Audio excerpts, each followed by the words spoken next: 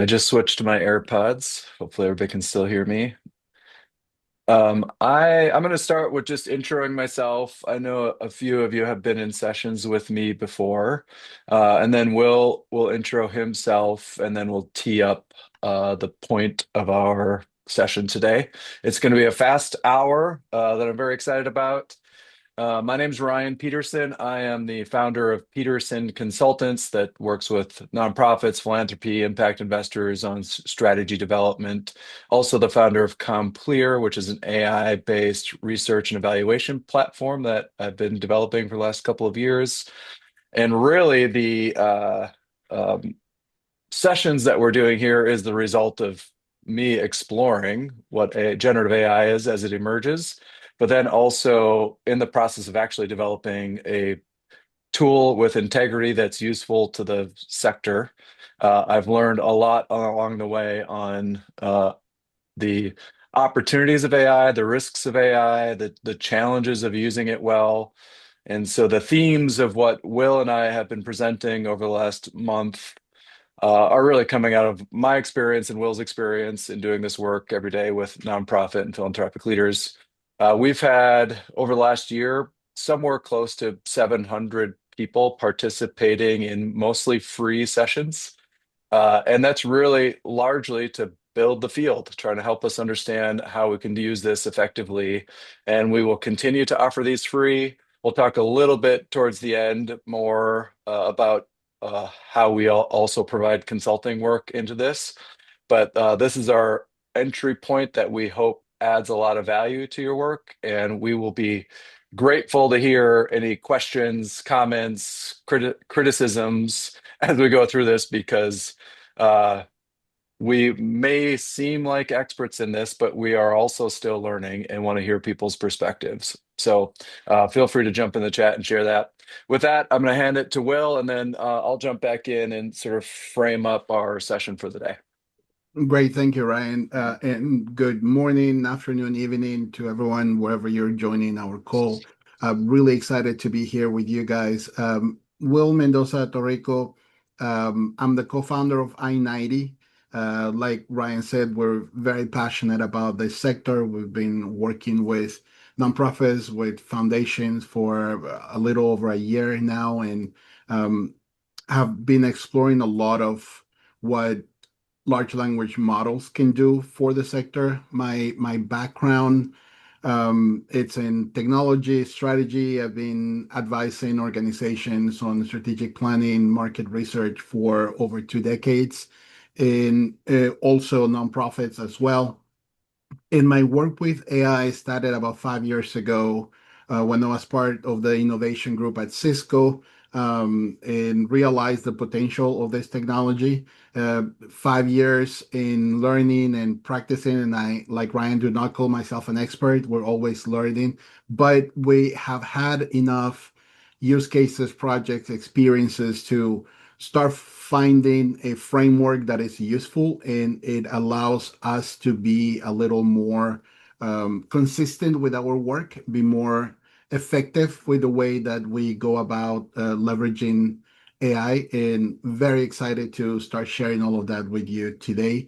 It's intended to be a little more practical, less of the AI literacy basic concepts, but if there's something you don't understand, please ask. The whole idea is that we'll be sharing our screens and doing some of the work with you. But at the same time, if you want us to pause, we're happy to do so. Awesome. Thanks, Will. Yeah, good call out. We do an AI how-to session that is we call AI how-to from literacy to capacity, which is really an intro to the process of adopting AI or integrating AI into your work, which I would recommend checking that out on the event page that we have. Today is very much focused on an application of AI. How do we dive into the prompting process to get to the outputs that we can use and trust in our work?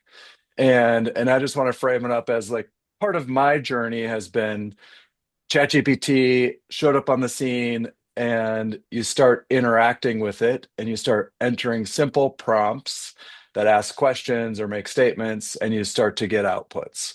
And as you do that, I'm sure many of you have, you start to realize the limitations, the risk for hallucinations, the maybe even feeling like it's useless information. And then over the course of time, if you've dived into it, you start to get better at the front end of it, learning how to do more of a stream of consciousness prompting is probably the next step. And then you start to learn the more formal process, which is really what we're here to walk you through is how do you get from I know it exists. I've used it as sort of a modern Google search. So how do I move from that simple prompting to a more complex set of skill set to get the outputs I need? And I would say, we're giving you skills you can use in whatever tool you have access to. So if you're a Microsoft shop and you got Copilot as an approved platform by your IT department or Google's workspace, you have Gemini built into your tools. Um, or if you're doing it outside of any of those tools, whatever tool you have available to, the skills we're giving you, it's useful to any one of those tools. The the the other piece of this is there are the large LLMs, but then there are the tools like CompClear, which I've developed, which has detailed prompting built into every button. And so this is where we'll spend nearly all of our time on the open LLMs that everybody has access to. Um, but there are also tools emerging where they build functionality, the prompting essentially into the buttons. And so we'll spend our time today on the large scale LLMs that everybody's hearing about. So it's a journey. I've been on it for a couple of years. I get better and better at taking time on the front end to figure out how to do it well. And I'm really happy to have Will here to help walk us through the process of moving from simple to more complex, useful prompts. Thank you, Ryan. So have your LLM ready. Usually the big question, which one, it doesn't matter. At this stage, not yet. Later on, we can have conversation about what it works best for the type of work that you do. But at this point, any LLM will do. Paid version, much better. There's policies, governance around data. So any private information you're going to use. For the demo today, it doesn't really matter. We're going to use publicly available information, but I am going to share with you my screen because what I want to walk you through is a little bit of what is the framework that we normally use that it's helpful for nonprofits, philanthropy, foundations. Um, there are plenty of these frameworks for other industries. Um, Let me see if you guys can see the document. Um, but this is the one that has been very helpful for us. When leveraging an LLM, conceptually, we're thinking that there's a role for us to play, right? We are the human side of the process. So we're building the strategy, we're designing the process, we're making the decisions, and we're challenging assumptions. If you take the outcome from an LLM face value, you have the risk of running with hallucinations or taking analysis that might not be 100% correct and just snowballs on the analysis that you do. So that is the role that we have. How do you better see an LLM? Uh, Information retrieval, synthesis, execution, is surfacing options, doing some risk analysis. It is basically that eager intern that has a lot of desire to learn and I can go and do a lot of the work for you, but the decision still sits with you. And in the working cycle, that is very useful. It's always think about the brainstorming part. How do I conceptually think about this? How am I going to engage the LLM? What is it that I'm looking for? What are my goals? What are the answers? Um, Challenge, the outcomes that you get from the LLM, Hey, realign the final hey, answer. Will, can I interrupt you? Can you zoom in a bit to the Absolutely. sections you're talking about? How is that now? Yeah, better. See it? Perfect. So again, we are the human strategist. We design the process, we make the decisions. The LLM retrieves information, can digest a lot of volume. So that's what we want it for. And we want to go from brainstorming to challenging, aligning, executing, and do that in this process that it's got its own feedback loops. And why are we trying to do this? It's because these are the things that we're trying to avoid, right? We're trying to avoid that symptom chasing. A lot of LLMs focus on the immediate no that they get from us without looking at the entire process, right? And they try to patch and fix. That's why you find yourself several times overcorrecting the LLM and getting every time worse and worse answers, um, because it's just trying to solve for the symptom right there, not the root cause of the problem. So that's why if you have designed your process, it's much better to catch those. And when you do that, you're avoiding the front load trap where the LLM tries to solve for you immediately, tries to give you a final outcome with the first prompt when you actually need a little bit of that iteration. Again, the black box, you don't want an answer without citations, without sources, knowing where it's coming from. And usually that friendly tone that we get from the LLM saying that we did a great job and we're very excited for that because, Hmm. who doesn't like the immediate gratification? So to avoid those things, that's why we like to conceptually think about this framework. We'll share with you guys later as well. Is something that works well for our sector. Maybe the tech industry, other industries might vary a little bit, but this is a safer way to go about this. Um,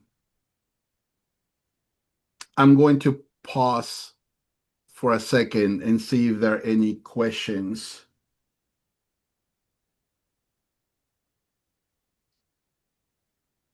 All right, I'm gonna take that as no questions.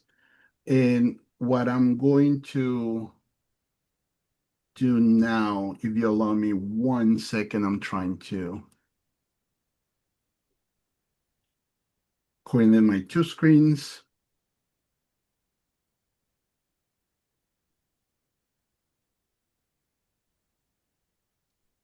This is I'm going to use Claude. That's the LLM that I recently have been working with. And uh, if you are familiar with LLMs, you can create projects and not just the long list on the left side of the panel, all the list of chats that I have. If I will show you, they're never ending. I use it a lot, but I get to categorize my work based into projects. And this one is the philanthropy demo that we're working on. Um, I have uploaded already some of the files for the organization that we're going to use for assessing this project. And let me see if we can put it in the chat. I Whether got it, Will. okay, thank you. And if you want, you can go ahead and upload it to your LLM. I already have it uploaded here. And basically, what I'm going to do is to start the initial process of how we normally go about doing this, um, asking the LLM questions. Traditionally, most of us start with just the very basic one, right? Uh, High level questioning. We're looking at think small as the organization. I have the annual reports, I have all the information publicly available that they have put on the web. And my big question, the think small and effective early childhood organization. That is almost that's where almost everyone starts. Um, Yeah, and I would just, Will, I'll add, most people start with a simple thought while you're going about your work. maybe on your morning walk, just thinking about, I wonder what the impact of this organization is, or what's happening in this community related to this, or how we might think about this as a team expanding, programming in a certain area. And or maybe it comes out of a staff meeting. And then the steps we're going to walk you through here is moving from this to what is the next sort of stream of consciousness step. And so while this is loading, what we're trying to show you is the differences in the outputs, um, and how useful they can be, and how you can move through your LLM experience. Yeah, thank you, Ryan. As you can see, we can test this 100 times and then the internet fails me and then I don't have an immediate response. But from that basic, simple prompt, and you're more than welcome to test the basic prompt is Think Small and Effective Early Childhood Organization. This is the answer that I get from the LLM. I'm not gonna go into the details of what the answer is, but as you can see, there is some structuring, there's some content here that might be useful as a first pass, and then sort of giving a final analysis. And this is what you would normally get the first time that you just run this prompt. And what's if you're a novice user just getting started on using an LLM to do this kind of work, it's going to almost always sound pretty good. And especially if you're not an expert in the field of early childhood development in St. Paul, Minnesota, uh, and you don't know the context in which this organization is operating, it might sound like, oh, this is great. I can use this. But if you are an expert in this space, you'll start to see pretty quickly, these are pretty high level, fairly vague statements. And this is where, in this kind of work, I think it becomes a little dangerous to simplify the process of using AI to help shape strategy or inform funding decisions. Yeah, that is very true, Ryan. And so usually what happens, the next evolution of people using LLMs is to do a brain dump, right? You take this stream of consciousness and you just type. I have, as you can see here, some spelling mistakes. All I did is sort of think a little bit more of what I want to ask. And I'm telling them what I'm part of, really what is it that I'm looking for, the big questions. I want a memo that I want to share with my team. Um, and then I kind of jump around without a specific order, and then I go back. Oh, that memo needs to have citation. So it's not structured, but it's a little bit more depth into uh, what is it that I'm trying to do. Going back to that initial workflow framework that we showed you, is that the signing process, right? What is it that I'm trying to accomplish? What are my goals? What is it that I'm trying to do? And this is a more elaborated prompt. This will be maybe a evolution of you feeling more comfortable with the LLM and using this a few times, following the uh, uh, framework that we share with you. And hopefully, it won't take that much longer. And you will see how the LLM, in my opinion, that's a better job.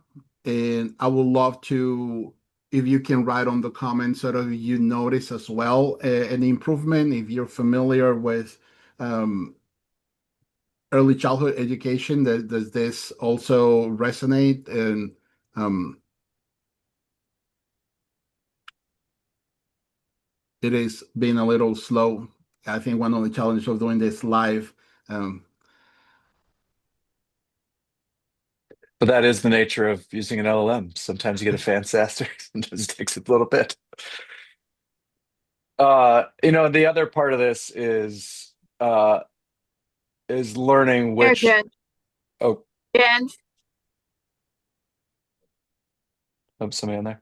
The other part of is this is stream of consciousness prompting, where it's Will, who knows a bit about the work, trying to put his perspective into the prompt, is also knowing when and how to add additional context like annual reports or even funder guidelines that will also give it context. So you could do a stream of consciousness plus a document or a set of documents, and you'll get more detailed outputs, which is still, we're just at step two of this process. And it should get us from something pretty generic to something a bit more specific.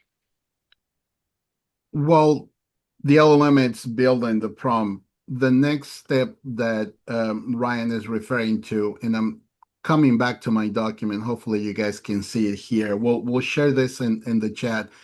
The ideal final stage where you want to get as you practice this um, is a relatively easy acronym. I'm not gonna take credit for this. This is well developed research and use in the tech industry, but it's an easy way to think about your prompting, right? When you think about a prompt, what you want the prompt to have, and not necessarily this order, but all of these sections should be in your prompt.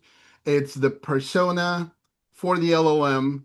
What is it clearly and specific? What you're asking, the request, what the output is, what you're looking for, length, format, what is mandatory, the requisite constraints, context, what should and should not be included, what is the most important thing as the focus of your request, and tools if you are using the LLM, like we have referred to these documents, if you have built a path to a shared file in your own organization. So all of this is what will make a really good prompt, and that's what we're going to show you the outcome in a second.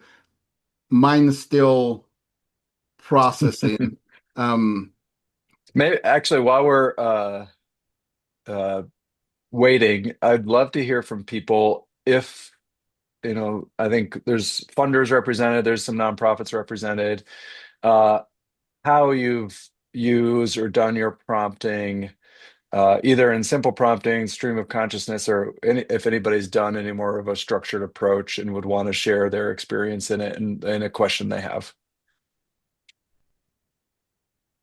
If anybody's willing to come off mute.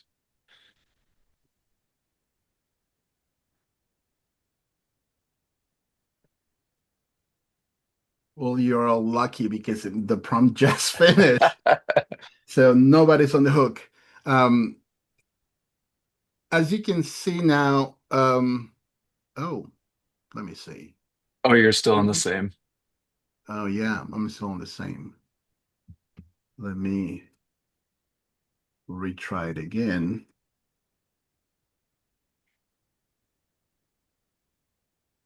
and see if,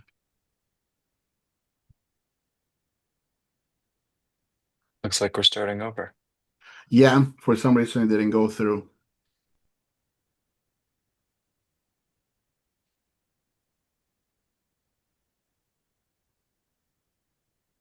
Let's see.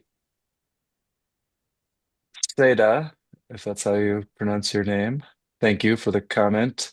Besides the files, I also use instructions in projects. Yeah, I think what Will probably did show you, and we've shown in another session, is how to set up the projects effectively in Claude, which you can give a project specific instructions, prompting, and documents, which helps to guide whatever work that you're doing inside that specific sequence of chats. Um, ChatGPT has some similar functionality in their custom GPTs and projects where you can set up uh, a specific workflow where when you do that, it actually can produce more consistent outputs every time versus the LLM trying to figure out what your intent is every time you start chatting. Um, Yeah, and this one we're working inside Claude, which has been a go-to tool for Will and I. I have also subscriptions to ChatGPT, Perplexity, others, but I tend to come back to Claude often. Anybody else want to share how they might be using uh, LLMs in your work to do strategic planning? Um, program design. Something that might be stopping right now is that it's trying to build a Word document. And so something that I do sometimes is to tell it that no need to create um, a Word document and share the results as some markdown file is a simpler version of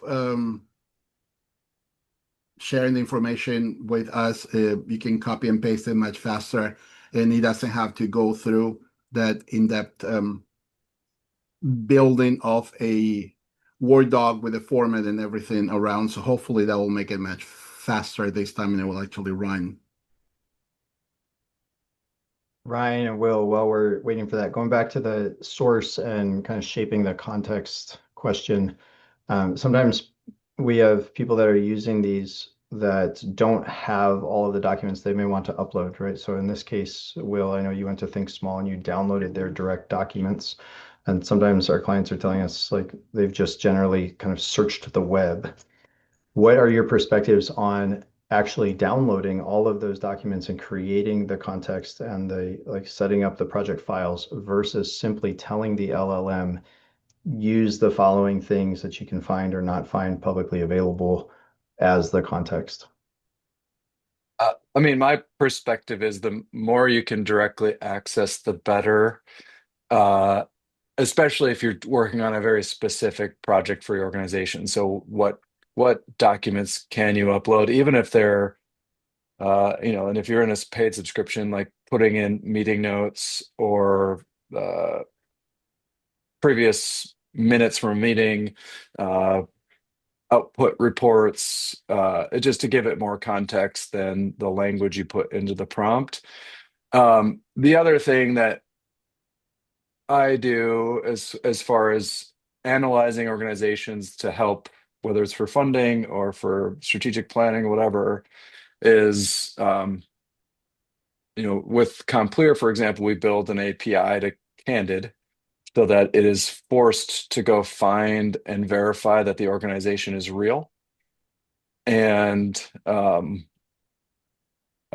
helps the LLM to uh, you know not hallucinate essentially, Right. because Right. sometimes there's a real case study of trying to do exactly what Will's trying to run here, is where an LLM couldn't figure out who the executive director of something was, but made a connection between a board member and someone they used to be married to, and said they were the executive director. Uh, and the only reason we recognized it was because, a consultant researcher I'm working with on this stuff said, well, I know who the executive director is, and I know who that person is, and I know how they're connected. So if you're not at that level of information, that's where it gets really risky. And so that's why, like on the front end of things, it's really important to even identify employer identification numbers if you can, or the especially in, we're in the context of nonprofits, philanthropy. Like we all have 501(c)(3) registration. Like find the publicly available information, give it some of that preloaded content, and then start navigating through your questions. Or if it's a set of organizations that are focused on housing, or a bunch of organizations focused on early childhood development, load it with some of that information that helps it to know, okay, I get where you're going with this, and it's not doing as much guessing, because LLMs are basically just predictive text on steroids. And so if you don't give it the predictive text, or the text to start with, to start doing its predictions on what it thinks you want to do, it'll start going down a path that's not very helpful. Do I need to jump in and help you with your LLM, or is it and share mine? Um, yeah, I think for some reason mine is struggling a little bit. If you what I think that I'll do is I share one that I had run previously, Sure. sort of the answer. But if you can try to build that on your side and share it live. I'll share um, the outcomes that Okay. I have. And I apologize, people, for the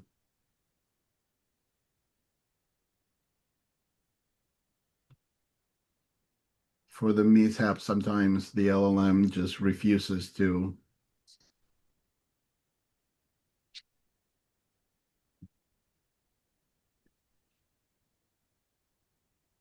This is a similar prompt, stream of consciousness, that I had run earlier. And as you can see, the LLM, what it did is grouped it into findings, strengths, critical concerns, and a bottom line analysis.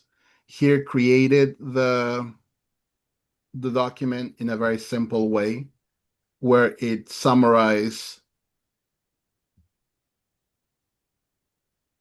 leadership, equity results, risk and considerations. It did a little bit of a deeper analysis into what the um, question that I have asked, and put it on a memo format in a much more simpler way. And this is from the first outcome that you saw into the more in-depth analysis. This is something that you will see happen in the evolution of the LLM, giving you a little more context and more depth into the answers.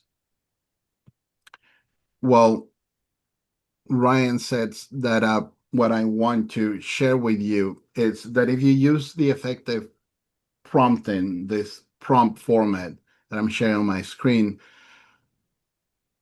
the final outcome. So I went through the iteration with the LLM, sort of asking questions at a time. It's going to be this, right? What I would feed the LLM as my final prompt will be context. I am a program officer. This is what I'm trying to do. These are the materials that I'm providing you. Clear instructions, conduct a comprehensive due diligence. What is it I'm trying to do? Cite all sources,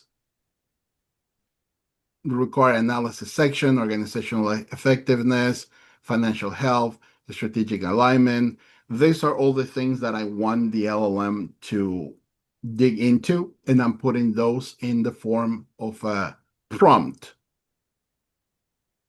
And what is the output that I want for that prompt? So this is what I've done with that process design, that iteration, going to build this. It doesn't happen at once. It takes a lot of practice. It's a longer prompt. So usually the process that I follow, that we follow with Ryan as well, it's have an iterative conversation with the LLM and sort of build to create this.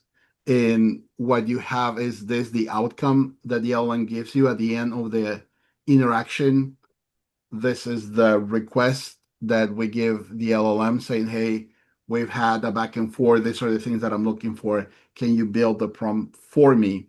And the LLM actually generates this prompt for us to use. Again, it's following the framework of just persona, request, output, mandatories, priorities, and tools. But in a conversation with the LLM, you end up with this structure prompt that the LLM helps you generate.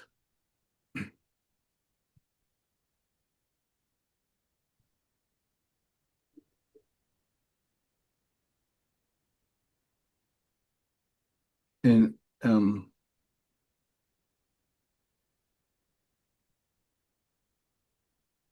fine. I'm thinking Claude maybe not working. Yeah, I finally produced this when I asked Okay, it to go gotcha. to. So this is the intermediate result, is the stream of consciousness, and this is what I end up getting from it. And rather than a Word document, I get this Markdown document. As you can see, better structure. Now it has the sections which is the content, and it's done a more in-depth analysis of it. And this is the output that I would get from that stream of consciousness. Now, like I said, if you go back and forth, what I would do is start having the conversations with the LLM and start telling the LLM much more detailed content about this. Start saying things like, "Well, what I mean by closing opportunity gaps are this.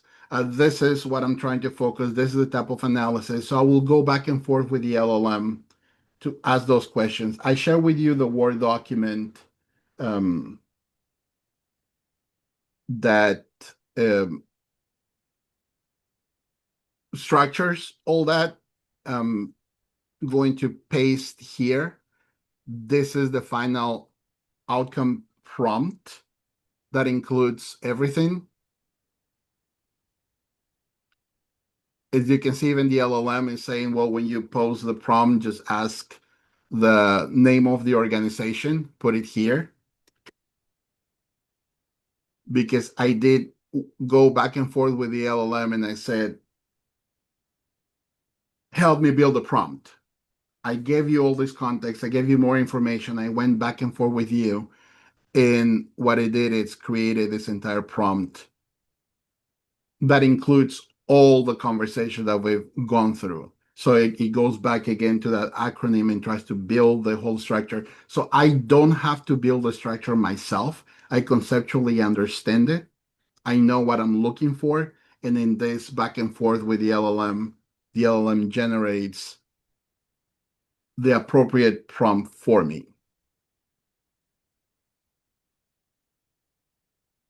And we'll see how Claude behaves this time. I'm also running it in ChatGPT, so we can always jump over to demonstrate ChatGPT's output.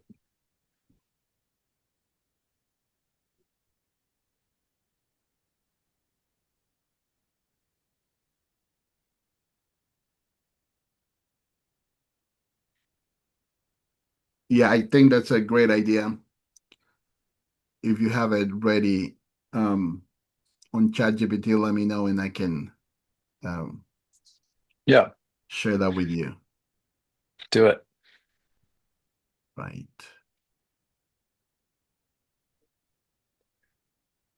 All right, is everybody seeing my ChatGPT?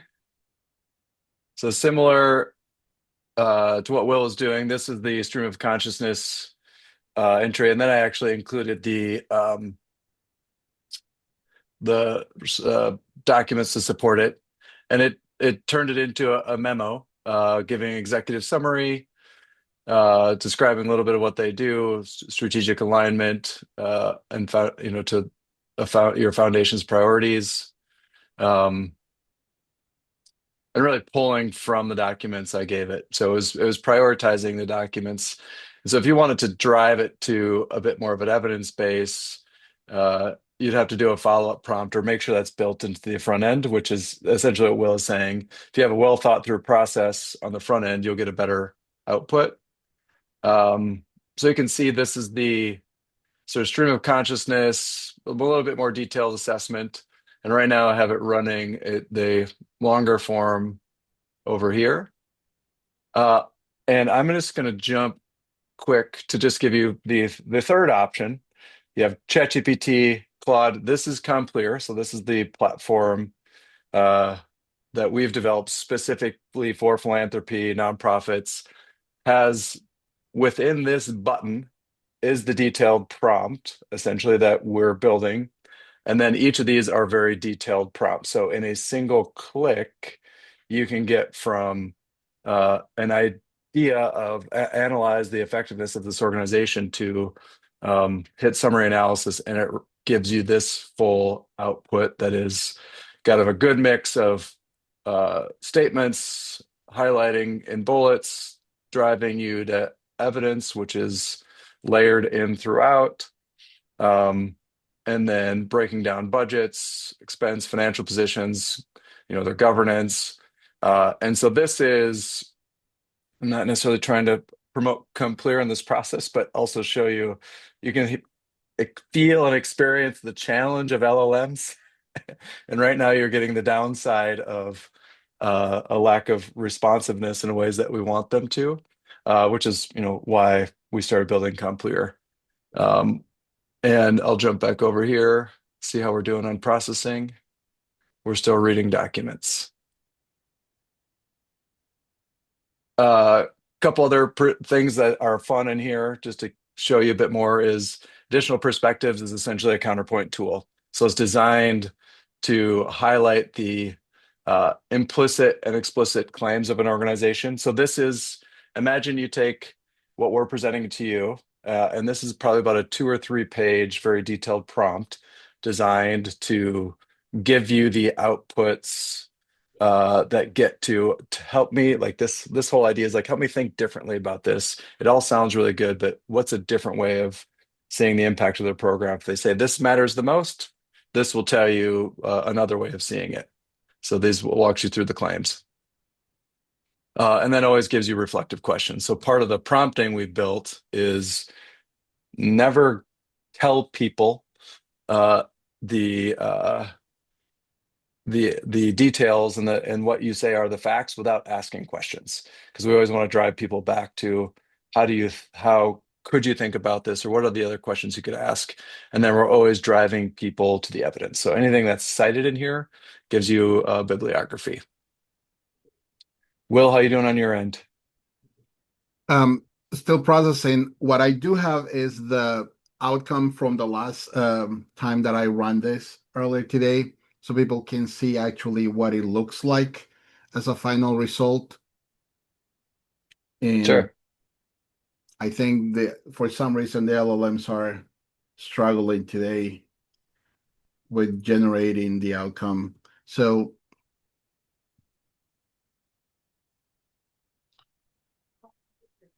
that long prompt that you saw that we copy and pasted, what ends up generating, it's a more structured way with an executive summary. You have the actual numbers here, a ranking of how they're aligned, recommendations, in every bucket of organizational effectiveness and where the documents are coming from.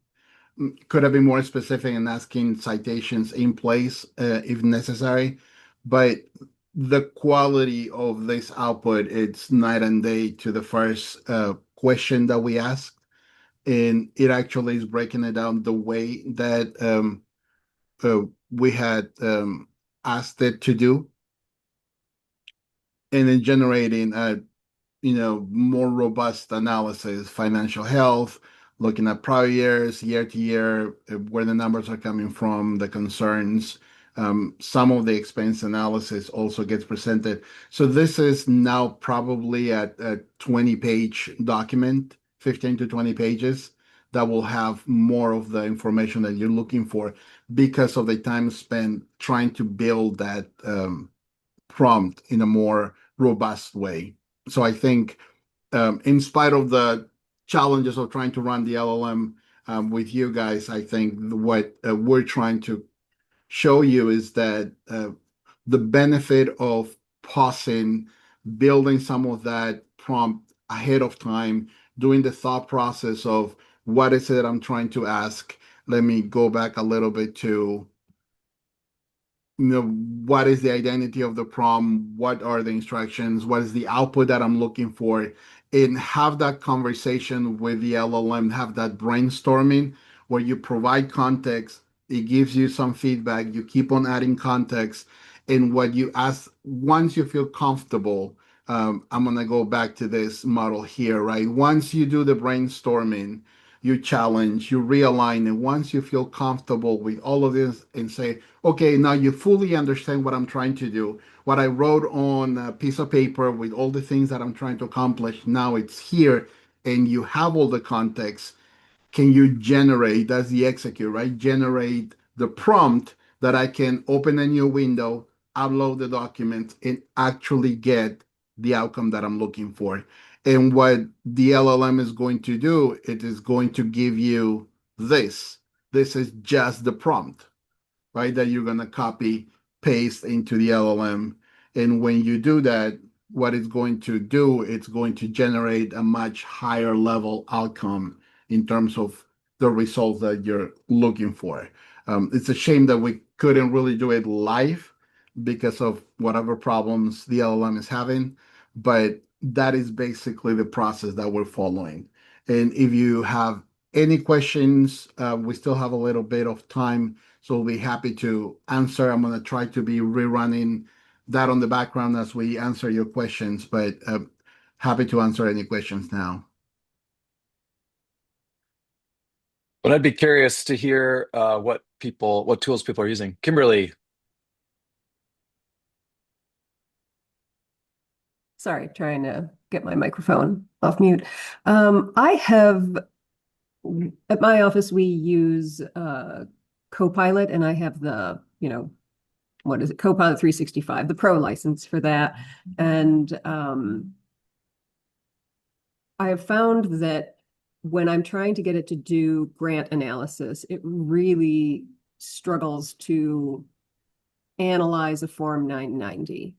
So I'm wondering if you've got any tips for either preparing data from a 990 in a way that makes it easier for an LLM to analyze, or any sort of other suggestion for how to craft a prompt so that the LLM isn't hallucinating. And I've definitely struggled. The things that tend to happen is that even if I say, go to this page, I'm using the exact field headers, like, a grant purpose should include this, like say I'm uploading a Form 990 for a foundation that I know supports AI initiatives, right? And so I'll say, hey, go to this page, look at the grant list, and return to me anything where the grant purpose includes, AI, artificial intelligent, chatbot, et cetera, all the keywords. Mm-hmm. And then bring me back the list of the organizations, the amount of the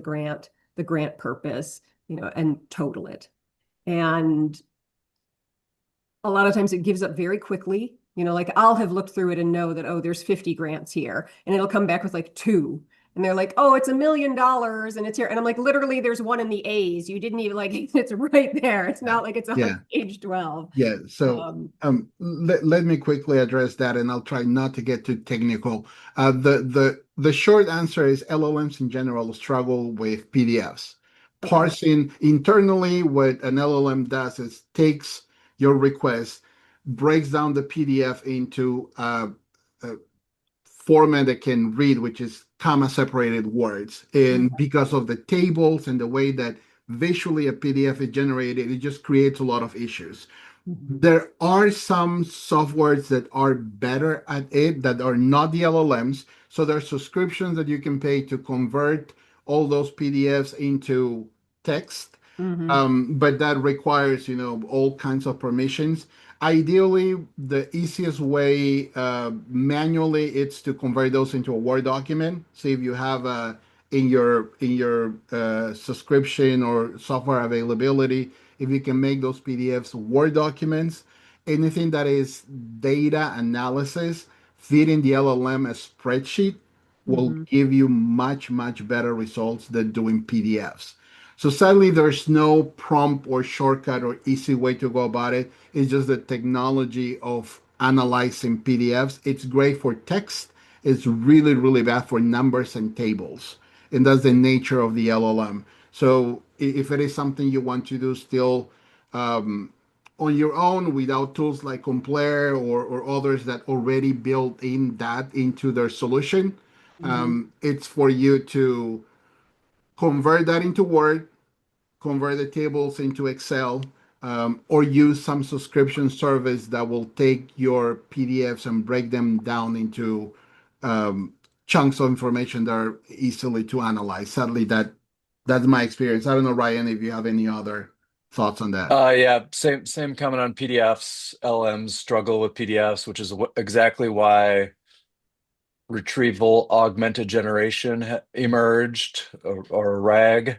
And so many of the development firms are trying to figure out how to vectorize PDFs in general. And so one of the challenges as the technology emerges is how effective it gets at accessing PDFs. And I think they're getting better, but especially a 990, it looks at it like an image, and is trying to like find something in an image rather than reading it like a spreadsheet.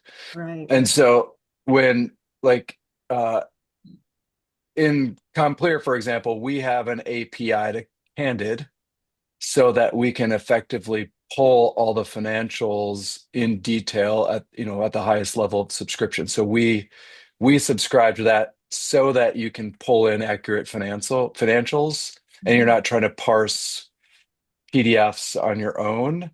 And a couple other things on Copilot, we actually have a Copilot expert that we're going to bring in sometime in the next month or so to do one of these sessions and have him just walk through the use of Copilot inside the Microsoft suite. So you can pay attention for that one, and we'll have him come back in. And I would say, Copilot, it is probably one of the most used tools because it's inside Microsoft. But it's also got the reputation for not being the strongest model because it's sort of built inside Microsoft to have the sort of like least amount of risk to it. And I think the tools actually outside of the Microsoft suite have more power than what exists inside in Copilot inside the system. So that it's just security protocols, and I think increasingly you'll have to decide when you want to go outside of that security wall or and try a different way. Perfect. Yeah.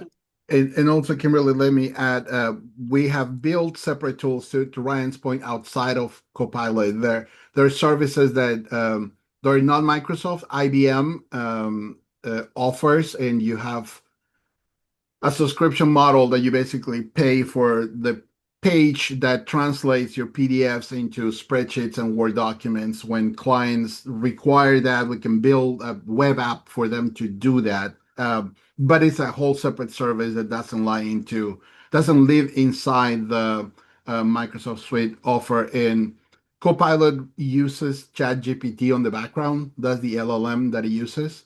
So the limitations that you're experiencing, it's at least for the next few months, we'll see technology changes really fast. But for the next couple of months, be aware that every time that you're trying to feed a PDF only and it's tables and numbers that you're after, you might want to do a couple of iterations with it and do some correction on the way that you frame the question to find the answer. It finally ran, and as you can see here, it's a much more robust. The old version that I showed you, it's very similar to it. We went from a very short, simple answer into a really well structured. I am no expert on things small, so I don't know if these numbers are correct, but this is where the human in the loop, if you're the program officer who's doing the analysis, can start poking the model and go, this makes sense, this doesn't make sense, why 7,000, why 85 million, and make sure that your answer is more accurate. Patrick, you got a question? Just real quick before we have to sign off here, Ryan, I was hoping you could speak to, sometimes we see clients, like Kimberly just mentioned, where they're really using one tool. And then sometimes we see clients that are, they subscribe to everything. In the process that you've walked through today, from moving from a stream of consciousness prompt to using that prompt acronym to asking the LLM to help create and build that detailed prompt to get a better output, what is your guidance or experience on asking ChatGPT to build for ChatGPT versus build for something else or any other, not just ChatGPT, but the difference between asking the LLM to improve a prompt for itself versus asking a different LLM like Claude to improve a prompt for a different LLM like ChatGPT? Does that make sense? I'll let Will start. Yes. So I have gotten into the habit of having, because luckily I have a Gemini Pro subscription, to play devil's advocate. So I get a prompt build, and rather than ask it to rebuild it, I take that prompt, move it to another LLM, and go, this is what I'm trying to accomplish. I don't say from where, I just say, this is the prompt that I have developed. Can you play devil's advocate and help me find loopholes, gaps in this logic and analysis? And I would say 90% of the time it comes out clean. It's pretty much the same. They just tweak the language because Gemini organizes things a little bit different compared to ChatGPT that puts one section before than the other. But in some cases, you do find that there are some gaps that are found, and then when you add those, it saves you a step. But if you have the luxury to have more than one subscription, leverage it to be able to do that. If not, even the same LLM, it gets you my experience, unless you've been doing this for years, the prompting like Ryan and I have been doing, it's hard to get your thoughts into a prompt right away in less than 10 minutes. So going through the iteration is sort of speaking to the prompt. I literally hit the microphone record on my LLM and I just talk to it. And I tell the LLM, this is unstructured. These are just my thoughts. Help me structure. So step number one, structure my thoughts. Step number two, let's analyze where things are going. Step number three, let me build a context to you. And then I get that robust prompt at the end so I can open a new window and generate that and get a better output quality. So that's sort of the idea. And the same LLM helps you 90% of the way to get there.